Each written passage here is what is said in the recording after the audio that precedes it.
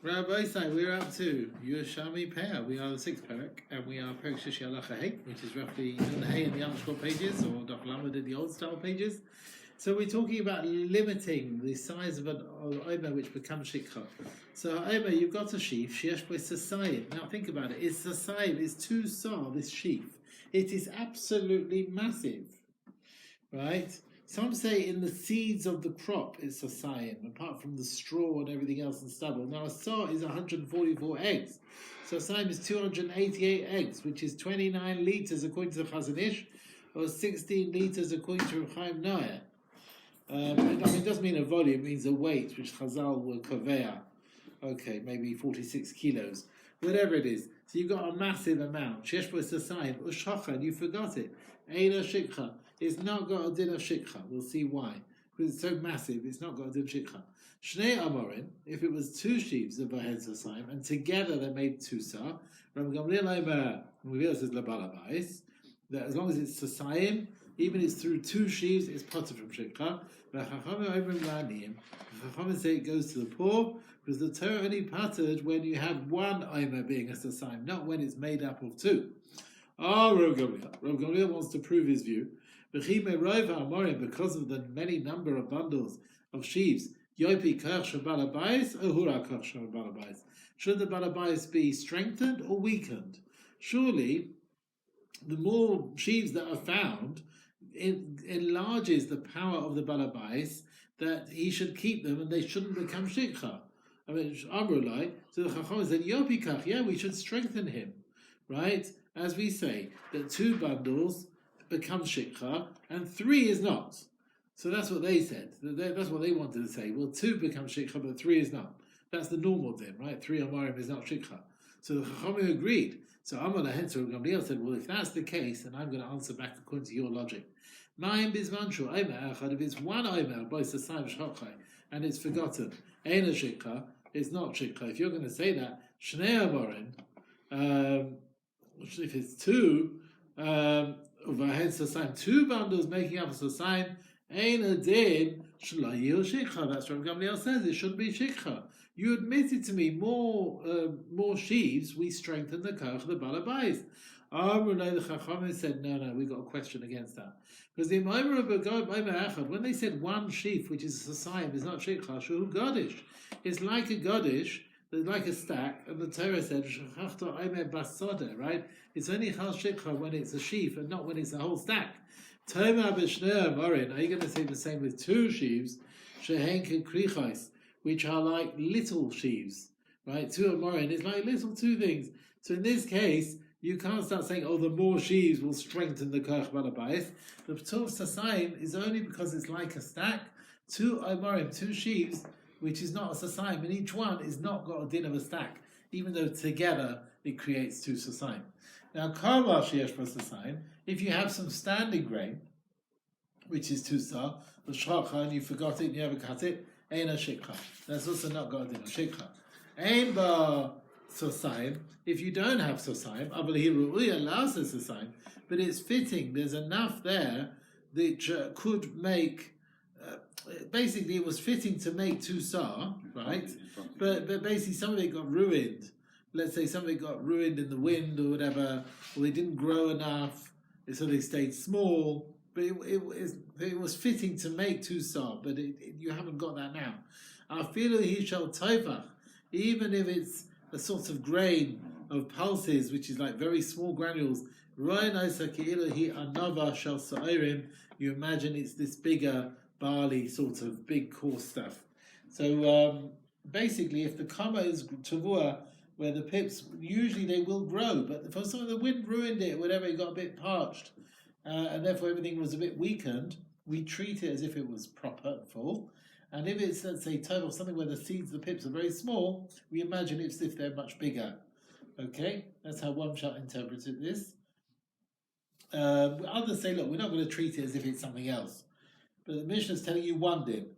Let's say if it's barley, even if it's a bit wind parched, therefore the seeds are small, we treat it as if it's a big thing of barley. That's how others want to say. All right. Is the logic? Because it's not siech das, it's it is what it is. It had a potential to grow to this size. The fact that he didn't, but it had that potential. Oh, Rabbi Lazar said, it says, you cut your reapings in the fields, and of course you mustn't go back. You mustn't go back. The Omer that you can go and stretch your hand and take it in one go. Now if it's too sar, it's massive. You can't start taking it. Some say you forget a sheaf, but not when if it's a whole mound. And if it's too sar, it's called a gadish. Hey Chavida, what's the case here? Where's the nafkamina between the drushes? If you forget one omer of less than Sasaim, B'tzidai, next to a sheaf which has just 2 sar. Yeah, so you forgot one sheaf, small, next to a big omer of 2 sar. In Tabdina, if we treat the 2 sars omer as an omer, as a sheaf, and we putter it from shikha, because you can't just reach your hand and get it because it's too big, then Divrei HaKol, whether Beisham Beis Hillel, the omer next to it is shikha, because that's not next to a godish, it's an omer, it's one sheaf next to another sheaf. Okay, one sheaf has got an exemption because it's massive, you can't go and take it, but the other sheaf is going to become shikha. But in Tabdine, but if you treat godish, if we treat the two sar as a stack, then the small one will be a machlokes Beisham Beis Hillel. There's machlokes on Daf Nun Beis we had, where you have a sheaf next to a stack. According to Beis Shammai, it's not considered shikha, and according to Beis Hillel, it is considered shikha. So that's one nafkamina. That if we treat it as a stack, then the one next to it, the machlokes Beis Hillel Beis Shammai. And another nafkamina between the drashas, shachach shnei amarim b'tzida. If you forgot 2 other sheaves next to the one which is 2 sar. In Tabdina, if we treat the one of 2 sars as an omer, just like a sheaf, but it's got a special exemption, then machlokes Beisham Beis Hillel. There will be no argument, because the big one is called a sheaf, and then we have 2 others next to it. Now both say 2 and 1 make 3. 3 sheaves, according to Beis Hillel, is a row, which is potter from shikha. According to Beis Shammai, that's not a shura, which is potter. Whereas in Tabdina, if we treat that sheaf of 2 sar as a stack, as a godish, then even according to Beis Hillel, the others ain't nidon kashura. They're not treated as a row, because we don't have 3 sheaves. We have 1 stack and 2 sheaves. So it doesn't consider it a row, and therefore you don't have the exemption of shikha. Now we also learn kama shesh b'sasayim, if it's 2 sar and shikha, and it's not shikha. So we bring a source from a pasuk that 2 sar is an exemption with kama if it's still growing as well. The Torah compares the cutting, forgetting that which is growing, to the sheaves where it says v'shachachta omer. So we learn the hekesh omer sheyesh b'sasayim v'shacha eina shikha. If it's 2 sar, it doesn't become shikha. So also kama sheyesh b'sasayim, a kama which has got 2 sar, and you forgot it, eina shacha eina shikha. It's not going in a shikha. Okay. Now we said if it's fitting to make sasayim. I feel he shall tell when it's very small, you imagine it's bigger. Oh, Rabbi Yosef, about shibolin, that's the shibolin, the years in the kama which was forgotten. And the Mishnah says, Hayu yidakos, if they were very short, ronos and kilei arukas, imagine they're taller. Shudufos, if they were like parched by the wind, therefore they're weak, ronos and kilei arukas. You imagine they were much bigger, right? And if we can work out you had 2 sar, if they were long, it would be like 2 sar, and it would not become shikha, despite the fact that because they're short, you don't have a sasayim. But if you don't have the shibadim at all, it's just like straw, we don't treat that as if it's kama, which has got 2 sar, or pips and so on, and seeds and so on. So it's got to be the right material there. Okay. He says, I mean, if it's straw, it's not fitting for anything. Even if it's not 2 sar, actually what it is, the straw is not fitting for people to eat. You give it to your animals. Even without sasayim, it shouldn't be shikha. That's what they ask. So it's got nothing to do with food. So I don't know. All right. Let's carry on. So you've got a growing crop which has not been forgotten. It saves the sheaf which was forgotten next to it. There's a comma and another growing area which was forgotten next to it from becoming shikha. So one comma saves the other comma. But a sheaf which is not forgotten, it doesn't save another omer next to it. No, nor does it save anything which is standing which you've not cut yet, from becoming shikha. When is a standing grain saving one sheaf? Wherever is not becoming shikha, even it's sort of one stalk. So it's not, if that comma is not shikha, even if it's very small. But the Mishnah's Lashon here, one klach, one stalk is enough to save another omer or another comma from becoming shikha. Okay, let's carry on. Sar tavur akura, a sar shein akura. So this is the Torah of two sars, we said. So if you have one sar of grain which has been uprooted already, and one sar of grain shein akura, which is not yet been uprooted, and they're close together, and you forgot them. You've got a sar of fruit which is detached, which is next to a tree which has fruit on, and you forgot them. And shubha basalim, the onions, garlic, you forgot a sar of this and a sar of that. Eina misarfin, they don't join up for this two sar exemption from shikha. So each of them has the shikha and it goes to the poor. Rabbi Yossi, says, if there is a monetary involvement with the poor person between that which is mechuba and tolish, let's say some other stuff in the middle. Let's say you've got leket between that which is connected to the ground and that which is detached. So an oni has a share of something in the middle between this and that. Or in a vineyard, let's say there's peret in the middle, so the oni has a share of the middle stuff. Then aim is sarf, and the two outer ones don't join up. B'im lav, if there's no monetary elements from the poor person in the middle, like in the fruit of the tree, then there's no lack of bread. Then ha'elam is sarfin. Then they do join up. So we're saying this idea. Rabbi Yossi wants to say if the poor person's got a share in the middle, then it breaks them up. Okay. The idea of the garlic and the onions, they might join up even if either they're both connected to the ground or they're both detached. You might have thought only grain that mechuba and tolish wouldn't have joined up. This is comma, that's omer.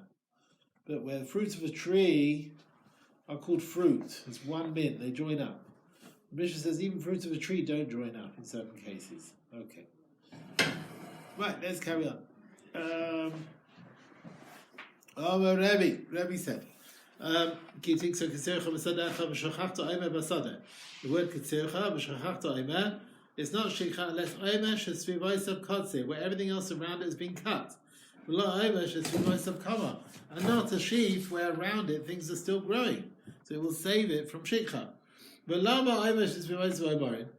is it that omer, one sheaf, where everything else is other sheaves which are not forgotten, it becomes shikha, but the omerim which are not forgotten, next to it, save it. So let's see this again. That the ones which are the sheaves around it are not forgotten, then this can become shikha. And we don't say the ones not forgot, save it.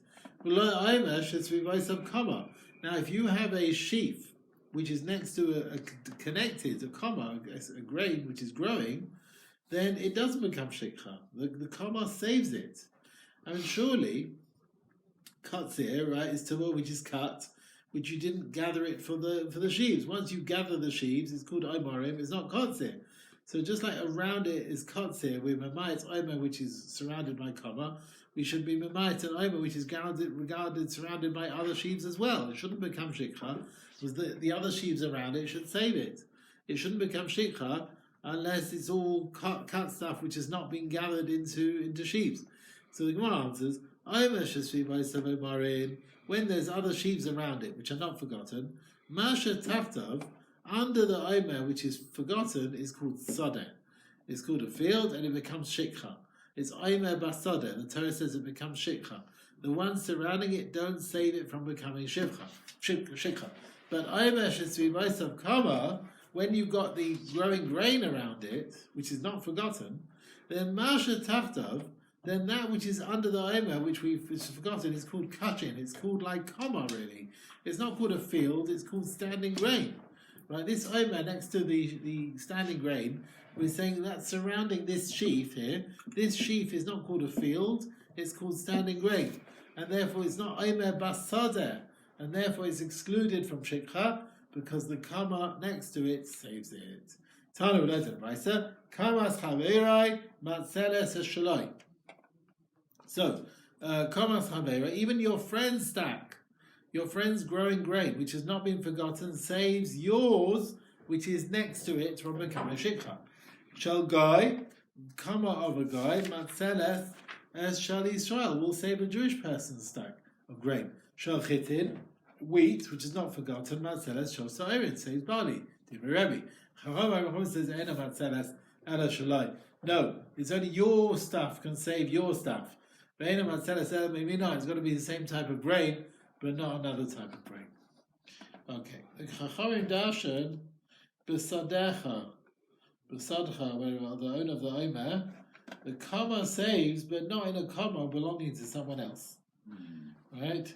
And the fact that the comma and the omer have forgotten are from one min, from stam a field, is zarua kula, but usually it's the same min. Usually you always have the same. Okay. We said growing stuff which is not forgotten saves another sheaf or another comma which is next to it.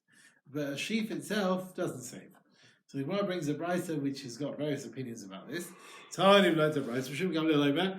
"Kashem shah comma matzeles ha'omer." The comma, that which is growing, saves the omer. Kach omer matzeles ha'komma. He says the other way around as well. V'dinu, and it makes sense because the ma'im comma, the growing grain, shiyupa bar kachani, where the poor man has got more strength. They've got leket, shikha, peah out of this. Hareim matzeles ha'omer, and that saves the sheaf next to it from becoming shikha. So omer, one single branch, the omer shahura bar kachani, where the poor person has less rights. He only has shikha, that's all. And not everything is always forgotten. He doesn't get automatic pay or whatever it is. Einodin sheyatzilas hakama. So how much more so it should be saved from? It should save the kama. This is what he wants to say, that the sheaf should save the kama as well. That's what this opinion holds. Amalai Rabbi said back to Shimon Gamliel.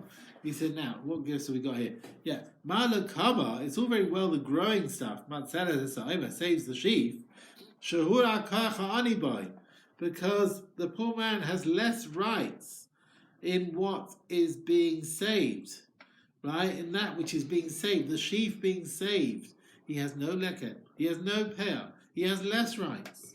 So when it's forgotten next to the comma saves it from the poor person, that the poor person does not get it. It does not become shikha. As opposed to what you want to say, Yasil Omer es hakama, you want your sheaf to save the comma, sheyupa koach ha'aniba, where the comma, that which is standing, growing, the poor man has much more rights. Right? He's got zchus in the leket, he's got zchus in the peah. And since he has many more rights, maybe he's not going to be saved by the sheaf next to it. From Shimon Gamliel and Rabbi, we can learn that one omer which is forgotten can be saved by another omer which is not forgotten next to it. So maybe one omer can save one omer, because you can't say he's got less kayach, the poor people are less kayach or not. It's the same thing, right? A sheaf to a sheaf. So they have the same rights in that. But aim matzilin kama mekama. But one connected to the ground, which is forgotten, according to these opinions, Rabbi and Shimon Gamliel, is not going to be saved by another comma, which is not forgotten. And they argue in cases through our Mishnah, which learns that Omer is not matzah even another Omer. A comma is, one second, this again. So a comma which is forgotten is not saved through another comma. They are arguing basically in two cases on our Mishnah. We said Omer doesn't save another Omer, and they say it does. And we said a comma saves a comma, and they're saying it doesn't. You hear that? So according to Rabbi and Shimon Gamliel, Omer saves an Omer, which we didn't say that in our Mishnah, and a comma doesn't save a comma, and we said the opposite in our Mishnah. Okay. Now our Mishnah said any comma which is not shikha saves the Omer, saves the sheep next to it. Now the lashon of the Mishnah is mashma, a comma, a growing grain, which is not shikha, saves. If you forgot that growing grain, then the omer next to it gets the din of shikha. Now, surely, We're excluding in case, let's say now, when did you forget the growing grain? Did you forget it and then you forgot the Aimer, or did you forget the Aimer first? So surely, even in a case where you forgot the comma after you already forgot the sheaf, right? It might be a case where you forgot the comma later. You hear that? You got growing grain, you got a sheaf, and now usually we say, well, the growing grain helps the sheaf. But this growing grain got forgotten, and then it might not help the sheaf. But when did it get forgotten? Did you forget the sheaf first, or did you forget the growing grain first? So usually you'd think you might have forgotten the growing grain after you forgot the sheaf. Now in the beginning, when you forgot the sheaf, the comma was not yet forgotten, and it saved it. So we can work out from our Mishnah a doubt which we had earlier on. If an Aimer which was saved once, remember this question? If it was saved once from Shikha, and then you forgot that which saves it, does it become Shikha again or not? Here's Mochach, it seems to become Shikha again, because we think the case is you forgot the Aimer, then you forgot the comma, and now the Shikha again. Tifta, you could explain the Mishnah is going to exclude a case the Aimer is not saved. Maybe you forgot the growing grain first. It's not that first you forgot the Aimer, then the grain. Maybe it's the other way around. Maybe you forgot the growing one first. And it comes out that the comma never saved this sheaf because you'd forgotten it first. Therefore, when you forget the Aimer, it becomes Shikha. But in a situation where you forgot the Aimer first, and it was saved through the comma, and then you forgot the comma later on, maybe the Aimer does not become Shikha in such a case, because anything which is saved in the beginning maybe will never become Shikha later, and since it's possible that that's the pshat in the Mishnah, therefore we can't work out that question. You hear that? So we wanted to try and work out, can something become Shikha again, but it could be a case where you forgot the comma first, so it was always forgotten from the beginning. We learned in our Mishnah that a saw of Tavur which is uprooted and a saw which is not uprooted, they don't join up for the two saw exemption. Now, it sounds like a saw of Tavur is connected to the ground and saw of Tavur is detached are not joining up. If they were both detached, each saw was detached. You forgot two sheaves, talush, each one is a saw. They join up for this two saw exemption to be part of Shikha, the balabais. So what we say, so it sounds like if they are both akuros, so they're both detached, then the balabais gets it. Masechet says that is like the view of Rabbi Gamliel, who he says you can have two sheaves joining up for a sasayim, right, to be exempt from Shikha. Okay, it doesn't have to be one massive one; it can be two as well. That was Rabbi Gamliel's view in the Mishnah. Now we continue to talk about a saw of Tavur which is uprooted and a saw which is not uprooted don't join up. So we think it's talking about a case you forgot first the detached one and then you forgot the one connected. So v'tatzil akura she'ein akura. Let the one which is not uprooted, the comma, save the other one which is uprooted. Because in the beginning, when you forgot the Aimer, the comma saved it. It wasn't forgotten yet. If something was saved once from Shikha and it never becomes Shikha ever, then the saving shouldn't stop from the Aimer, even if afterwards you forgot the comma, that saving should still be there. Why does the Mishnah say they don't join up? It sounds like they're both Shikha. He says you have to say Hadar Amra. The Mishnah is Mochach that Davar should roy lehatzil. Something can save others from Shikha. But then Ushachai, and then you forgot that which saves. You hear? You forgot the thing which saves the others. Habrehu Shikha, that thing which is saved first, becomes Shikha. So the Mishnah says the Kama and the Aimer become Shikha. So basically we can work out from our Mishnah, the suffix which we had, is something was saved once, and it starts becoming Shikha, and then you forgot that which saves it. Does it become Shikha again? Again, the same story we had before. If you forget something once, but it got saved, but then now the thing which saves it is no longer here, does it become Shikha a second time? So you want to say maybe this is the case here, that you got Akura and Ena Akura, and if that which is saved first from Shikha never became Shikha, then the saving of the Aimer shouldn't help, even if afterwards you forget the comma as well. Why does the Mishnah say they don't join up? So Amar Rabbi Yoda said Tiftar again. We can talk about a Mishnah in a case where B'kaisa Shura Ma'ameh Shura. You are cutting first the whole row. After you complete the cutting, you go back to the beginning and you make, you go back to all that which you've cut, and you make Omerim sheaves, and you gather them. You hear that? So you've sort of cut the whole row, and then you come back and start gathering everything. So therefore, now, so what's happened here? You've already forgotten that which is growing before you forgot the actual individual sheaves. It says the kama you forgot at the time of cutting, the sheaves you forgot after you cut the whole thing, and you made a lot of sheaves. So the kama never saved these sheaves. Only a kama which was not forgotten, that's going to help and save, right? When it's not forgotten itself. But not a kama which itself is becoming forgotten. You know that. A kama which is not forgotten can save, right? A kama which is forgotten can't save. So there's no raya that something which was saved once became shikha when you forget it, when you forget that which causes the saving. It could be the reason here that the reason why the tolush is shikha because it would never got saved. Should I say that again? Should I say that last paragraph again?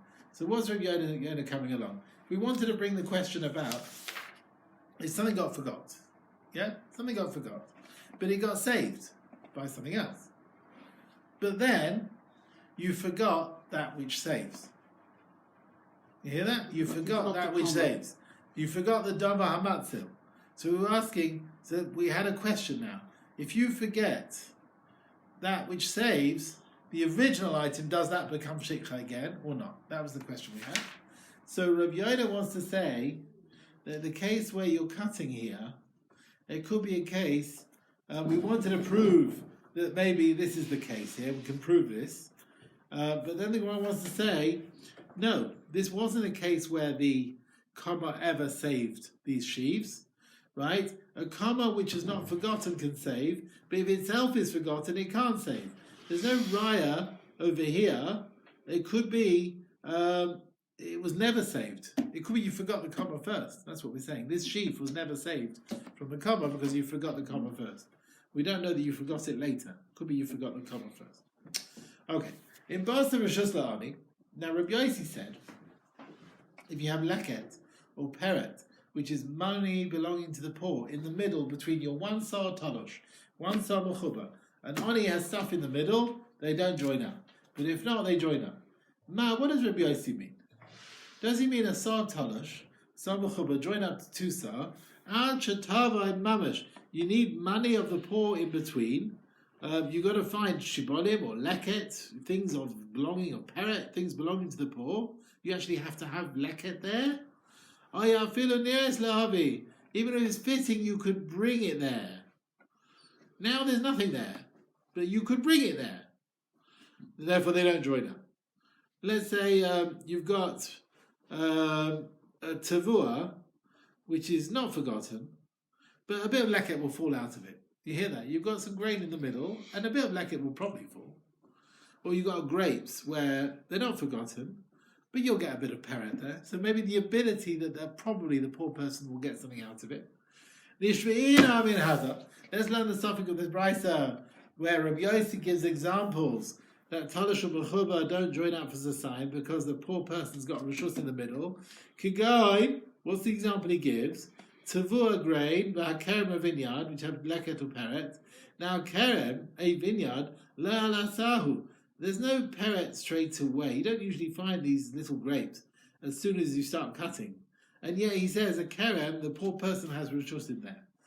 How is that? Must be Hadar Amra. This tells me I feel a nearest lavai.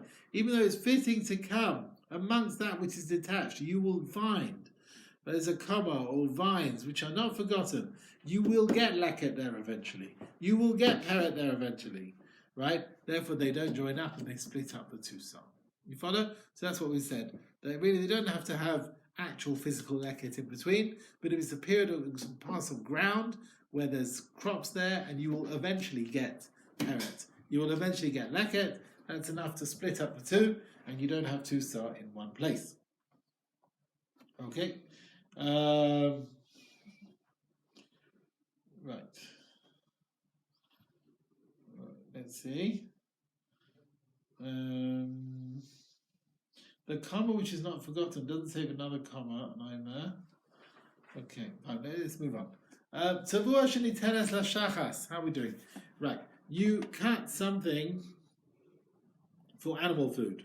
It's not ripened yet. It's still moist, and you cut it for animal food. Oila aluma, to gather other crops which you gathered into sheaves. You're not really going to make this into a sheaf. You're using it to tie up other things. The various garlics which you gather it to guard, to tie up other garlics. Various bunches of garlic and onions which you're going to gather them to bigger strings of it, or gatherings. There's no shikha in such a case. Why?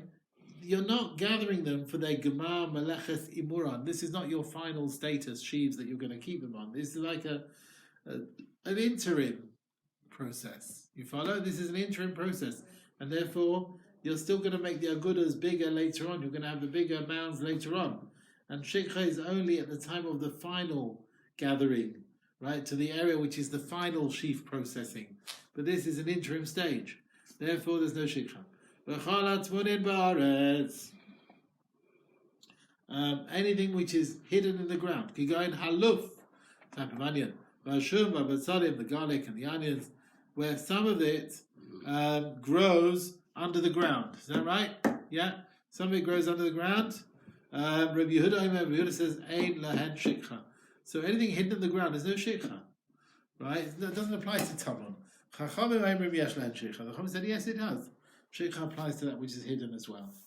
Okay. So some of the food maybe grows within the ground. Okay. It's considered tamon. Now the leaves might grow above the ground. But it's considered tamon because you follow the main part of the vegetable. And that is hidden in the ground. Okay. Now shikha usually, because of another reason, is not shikha. But the hatmana causes them to be forgotten. They're always hidden. You should have realized, the Chaim said we should have realized that there. All right, let's see. Rav Yoina. Is that where we are? Yeah.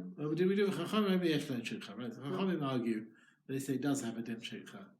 And Rav Yehuda said ain't len shikha. Okay. Rav Yoina. Lo seif tava nidna. Not only the tvua which has already been given to the animals, there's no shikha. You cut it amanasli, now in order to give to the animal. You've not given it yet. There's no din shikha. And anything which is hidden, Rabbi Yehuda said no shikha. Chaim said there is shikha. Tamad Zanina, we've learned Tamadlik is Agadish. You light a stack. They were hidden vessels and they got burnt with the whole thing. Rabbi Yehuda, the Shalim Kamash, you got to pay for everything. Whatever's inside the stack which you burnt, you have to pay. And the Chachamim said, you only have to pay. Imagine it's a stack of wheat or a stack of barley. You don't have to assume anything else was in there. Right? The volume of that stack, whatever, that's it. You don't have to pay for any vessels that got broken, which you didn't think would be there. We have a contradiction.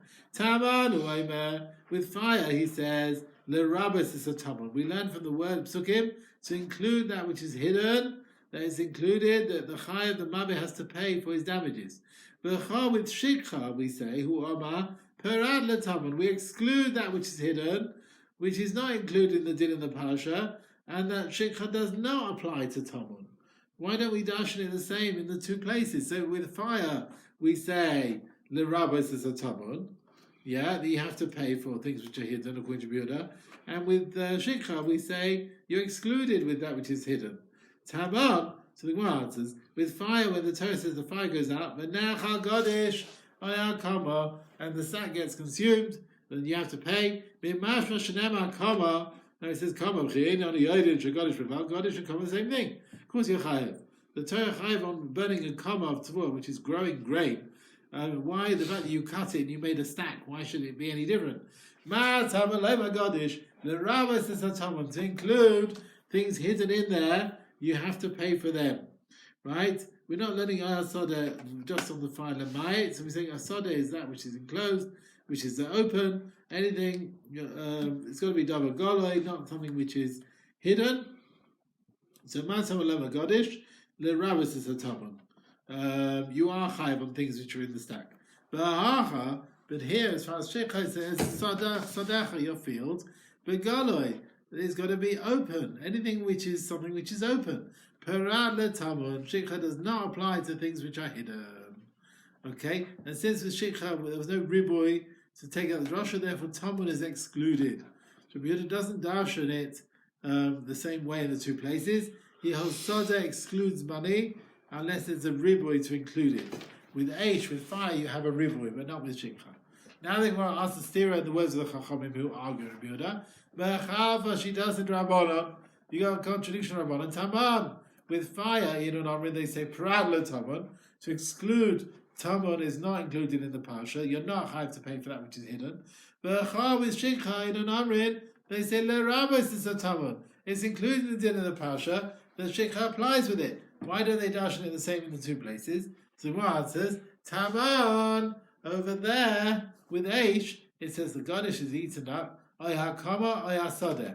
And the Chachamim learn, ma sadeh begaloi, right? A field is open. Avkadav shugala. Anything which is open, you have to pay for your damages to exclude Taman.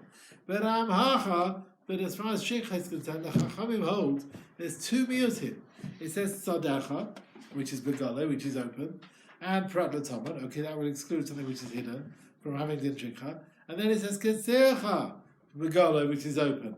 Again, prat Taman to exclude that which is closed and hidden.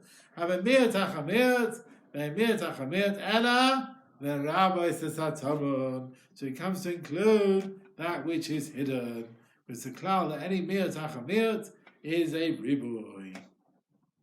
Okay, so that's why they want to learn that it's a riboy, therefore that you are chayav shikha on that which is hidden. Okay, one who cuts at night. Okay, and therefore when you cut at night, what might happen? You might miss things. You're gathering at night the various sheaves from the field. Or someone who's blind, who's cutting day or night. Yesh lo shikha. The din shikha is there, that which you forget. Yes, there is din shikha there. If the cutter or the gatherer was trying to take the shibalim, the big ones, and leave the small ones, there's no din shikha ones left behind. So if he wanted to try and take the big ones, there's no din shikha.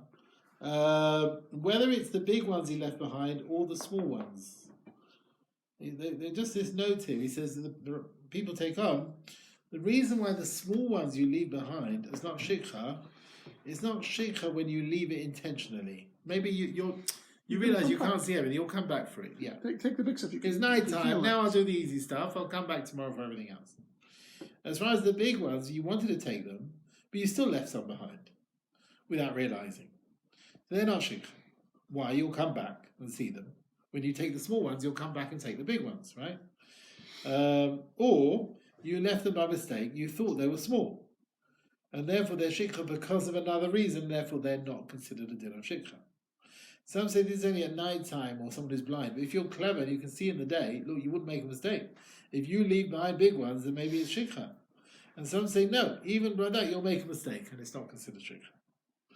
Now also the idea of taking the big ones, leaving the small ones, this is katsira, is shloika derech. The Torah says the way people cut, not if you're cutting unusually. And that's with a clever person in the day. Some say the din is at night, okay. And also shikha is only when you want to finish now the whole cutting. But here you're only taking the big ones, you're not finishing it. So therefore it's not got a din of shikha in such a case. Okay. So what we got to? Eile shikha. If a person says, I'm cutting on condition, wherever I forget, I'll come back and take. Yesh lo shikha, then shikha is chal. Kine masnisa. So what does it mean? You're cutting at night. Yesh lo shikha. Kine masnisa. This is how you explain the Mishnah. You're cutting at night, or gathering everything at night. But suma and a blind person, day or night, there is it in shikha. He wants to take the big ones, and I'll leave it, I'll come back. It's not shikha. I'll review it now. Not just the shibalim, which are big. You left them, they're not shikha. And I feel attacking even the smaller ones. So you can distinguish between the big ones and small ones. You want to take the big ones now. I feel it's even the small ones, shikha does not apply. Maybe says already what I forget, I'll come back and take. Yes, there is shikha there. Why? He's made a condition that it shouldn't be chal, but the Torah says shikha is chal. Tonight, you make a condition against the Torah, it does not help. Right? Make a condition against the Torah, the Tanai is batal. Okay. Let's see over here. Okay, how are we doing? Oh, let's carry on. Kol Zayis. Kol Zayis. Sheyesh lo shem basada. Right, okay, new topic now. We're talking about shikha with olive trees. If you have the famous olive tree, everyone knows that famous tree. Oh, yes, of course. Remember in down south, there's a town called Seven Oaks. Seven Oaks, yeah. There used to be seven oaks. 7 oak trees. They don't have them all anymore. Some came down to the big storms. But usually the town is called 7 Oaks. So Kol Zayis sheyesh lo shem basada. Everyone knows it's different from the other trees. Afilu kezayis hanatufa b'shatoi. Even like an olive tree, which is so famous because the way the oil comes from the olives. Even though it's not regular, it might be small amounts, but it's the way it happens. Or shachai, and you forgot to take it. Eina shikha, you're allowed to go back. When do we say that? Bishmoi, when it's known by its name. It's got a special name. Of a masav, or it's known by different from other trees with its detail. Of imkomai, because of its place. Bishmoi, what does it mean its name? Shoyesh shafchani baishani. It was called either shafchani baishani. Now baishani might mean it embarrasses all the others. Right? It's to do with the quality of the oil. Right? Or shafchani, it sort of pours out. The masav, shu'ai sahaba, produces a lot. Bimkomai, shu'ai made b'sala gas is next to the olive press, and b'sala pirson near the breach over there. So it's in a specific place, one tree in that place, and therefore that's not considered forgotten, right? Okay. The olive trees. Shnayim, if you forgot 2, or 1, haritz shikha. Shloisha, 3 olive trees, 8 of shikha is not shikha. Rabbi Yossi ever says, ain't shikha zeisim, because there's no such thing as shikha for olive trees. It says, sounds like Omer, the sheaves. You always forget them. Yod says there, this one has got a specific name. Yours is so unique, you're going to remember it. That's not forgotten. Review your boy. He says, if you had your special tree, the owner knew about it. He felt it was special. But no one else paid any attention to it. It's as if it's specialized for everyone. No din shikha. If the tree is standing next to a date palm tree, hadekel mesaimai. The date palm, so a tree, another tree, is standing next to a date palm. Dekel is also special, right? It's unique. No din shikha. Just like a tree next to the olive press or the ditch, whatever the periods are. So a date palm also, any tree next to it, no shikha. Now 2 trees next to each other. If they were both natufa, we said was what the way the oil comes out or something like that. So if there are 2 trees next to each other, each one gives importance to the next one, and there's no din shikha. The Mefarshim have a problem with this Gemara because each one on its own is not shikha. If they're producing this special oil, we've just said each tree is not shikha. So what does it mean 2 trees next to each other which are dripping oil? So he says if they're both dripping, each one on its own, even if it doesn't have to be next to another one. Because some say that one's talking about a case where you start getting the oil out of the trees, and mitzadadin there would be shikha, as we're going to see later on. There is a stage where you start, there is some process involved. Rav Yirmiyah says when the 2 trees on the tufa, we'll see, are next to each other, there's no din shikha, even though you start taking the oil out. You're definitely not going to forget these 2 trees. We'll see about that a bit later on. Okay. Yeah, okay. Some say the decal we said about the date palm is the same with other trees. Others say no, especially a date palm is unique, different from other trees in its beauty. Okay, so what have we got here? If the whole field, and you stopped taking the oil, let's say, from one tree, but the whole field is like trees like that. Has it got a din shikha?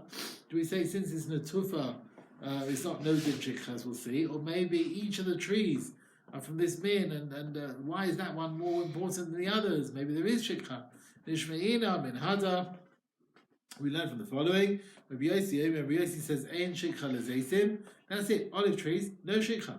Rabbi Yossi didn't say this. Said a Bereshit in the beginning. There was no olives around. Adrianus Harash Hadrian came. The Hachrev is Kol destroyed the land.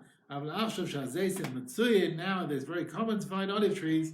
Rabbi Yossi agrees. Yesh lahem shikha. So there was like a time when there was hardly any olive trees. So then they were unique. They were special. But now they've all grown back again. So according to this, the Tanakhama and Rabbi Yossi argue about a stump olive tree in the time when it was very rare to find olive trees. So according to Rabbi Yossi, they were important. It's got a din like natufa, there's no din shikha, even though there's nothing special about that tree from any other trees. According to the Tanakhama, they're all the same, not special at all, shikha applies. And the same thing with the field, which is all natufa nowadays, they're all dripping with oil. According to the Tanakhama, shikha will apply. Okay, my side.